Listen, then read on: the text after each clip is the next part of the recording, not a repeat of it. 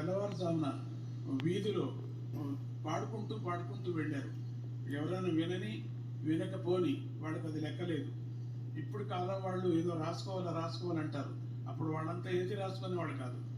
శిష్యులు వెనకబడి వాళ్ళు పాడుతూ ఉంటే రాసుకునేవాళ్ళు. అట్లనే కొన్ని లక్షల కీర్తనలు కూడా మనకు దొరకలేదు కూడా. ఎన్నో లక్ష కీర్తనలు అంతా పోయాయి, రాసుకునే వాళ్ళు లేరు.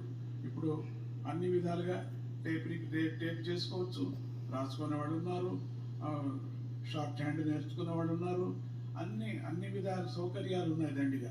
కానీ ఆ సౌకర్యాలు ఉన్నప్పుడు అటువంటి మహాత్ములు మళ్ళీ పుట్టలేదు. అక్కడ పుట్టారేమో అని చెప్పుకోవచ్చు.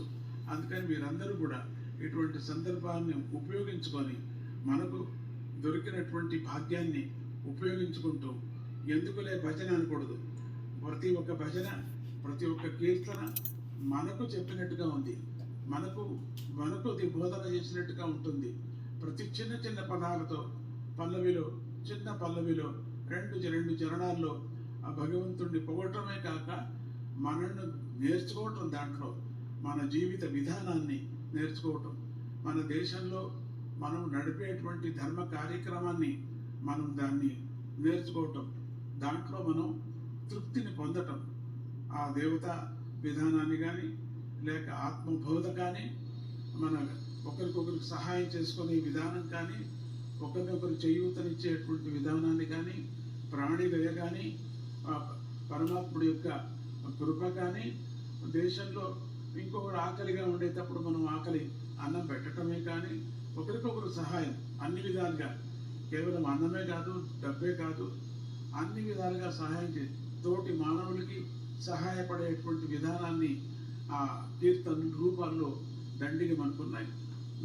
ఆ మధ్యలో వాళ్ళు అనుభవించినటువంటి తాపత్రయాలు, అప్పటి కాలంలో రాజులు ఉండేవాళ్ళు.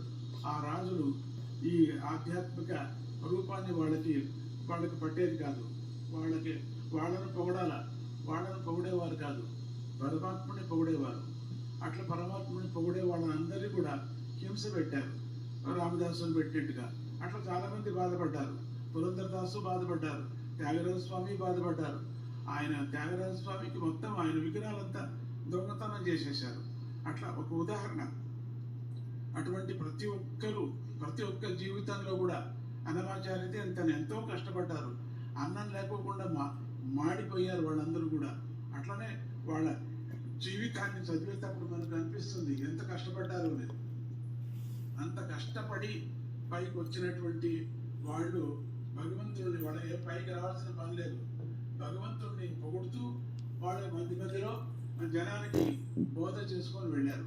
అటువంటి బోధన కీర్తనలే స్వామీజీ యొక్క కీర్తనలు.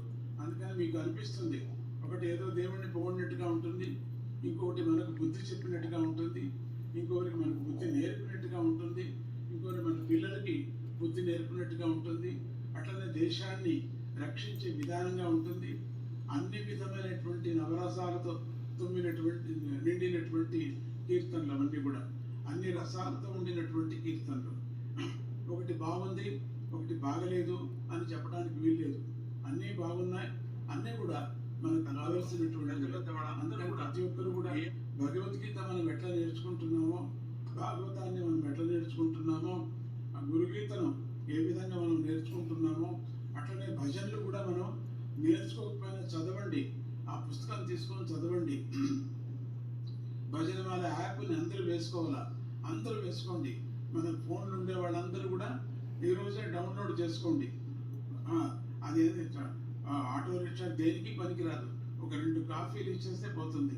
ఒక కాఫీకే ఇప్పుడు ఒక దోశకే 100 రూపాయలు 200 రూపాయలు అవుతుంది. అటువంటిది అది వేసుకోండి, అందరూ కూడా డౌన్లోడ్ చేసుకోండి.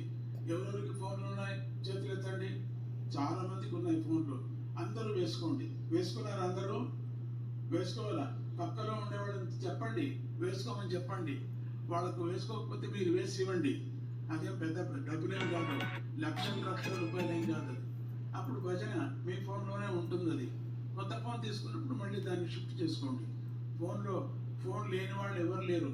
అందరి దగ్గర కుక్కలు, నక్కల దగ్గర కూడా ఉన్నాయి. నక్క దగ్గర కూడా ఉంది, కుక్క దగ్గర కూడా ఉంది, అందరి దగ్గర ఉంది.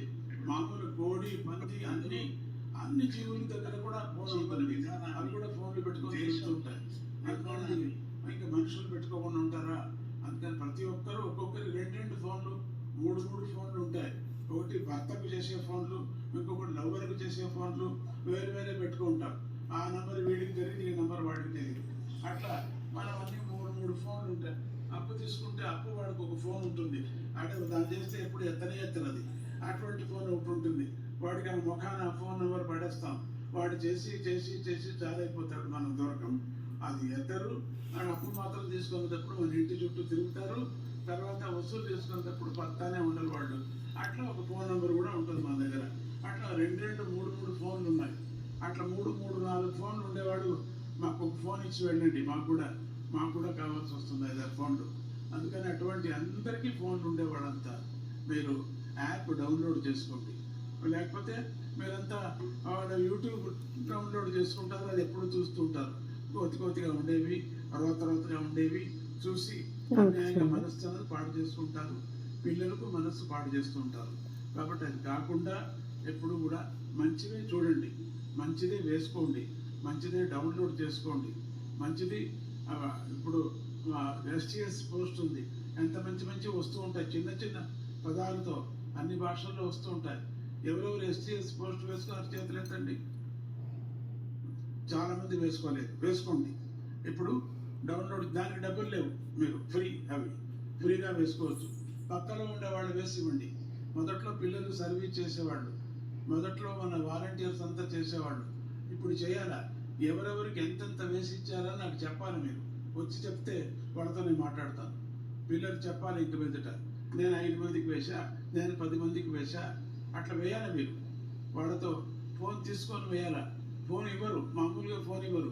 అప్పుడు మామూలుగా మీరు వేరే ఏం చెప్పాలంటే, మీకు ఫ్రీగా ఏదో ఒకటి వేసిస్తాను ఇవ్వండి అని చెప్పాలా. డబ్బులు వస్తాయంటే అప్పుడు ఇస్తారు. డబ్బులు వస్తాయి మీకు అంటే ఇస్తారు వాళ్ళు. అట్లా చెప్పేనా వేసి వాడుకు STS పోస్టు ఇవ్వండి. లేకపోతే నేను లైన్లో నేను నిల్చుంటా, లైన్కి నేను వెళ్తాను. నేను వెళ్ళి వాళ్ళకి వేసిస్తాను. కావాలంటే మీరు వచ్చి ఎవరైనా భజన చేసుకోండి. ఎట్లా భజన వచ్చు కదా మీకు, చేసుకోండి. నేను లైన్లో వెళ్ళి అందరికీ వేసి చేస్తున్నా. మీరు చేస్తారా? నేను చేస్తున్నా. మీరు చేయరా? మీకు అవమానమా? మిమ్మల్ని తిడతారా? ఫోన్ ఇవ్వరా? మీకు ఇస్తారు కదా. మంచి మాటలతో మాట్లాడండి. ఒక చాక్లెట్ ఇవ్వండి, ఇస్తారు. ఒక చాక్లెట్, ఒక పెప్పర్మెంట్ కొనుక్కోండి, ఇస్తారు. లేకపోతే ఒక మిరపకాయ ఇవ్వండి, ఇస్తారు. మిరపకాయ తినమని చెప్పండి, అప్పుడు ఇస్తారు. నీ మీద కోపంతో అయినా ఇస్తారు. STS పోస్ట్ అందరూ ఫ్రీ, అది వేసుకోండి. భజన యాప్ అందరూ వేసుకోండి, బాగుంటుంది అది. అప్పుడు ఐడి చెప్తుంటారు వీళ్ళు, మన మణి గారు చెప్తూ ఉంటారు. ఐడి పెట్టండి, 3వ ఐడి 4వ ఐడి అంటుంటారు. మనకి కొంతమందికి అర్థం కాదు ఏంటి అట్లా అంటారని. అప్పుడు అది మీరు చూసుకోవచ్చు. ఆ భజన దాంట్లో ఉంటుంది. కొత్త భజనలు ఎంత ఉన్నాయి, చాలా బాగున్నాయి. కొత్త భజనలు కొత్తగా ఉన్నాయి. ప్రతినిత్యము కొత్తదేలేండి. ఒక కొత్త భజన అంటే దేనికన్నా అది బాగుంటుంది, దీనికన్నా అది బాగుంటుంది, దానికన్నా ఇది బాగుంటుంది, దీనికన్నా అది బాగుంటుంది. అట్లా ఒకదానికన్నా అన్ని దానికన్నా అట్లా ఒక్కొక్కటిగా బాగుంటుంది. కాబట్టి ప్రతి ఒక్కరు కూడా మీరు ఏమయ్యా టెస్టింగ్ అయిందా ఇంకా మాట్లాడాలన్నా, ఇంకా గొక్కు తిప్పుకొని మాట్లాడతాను, ఇంకా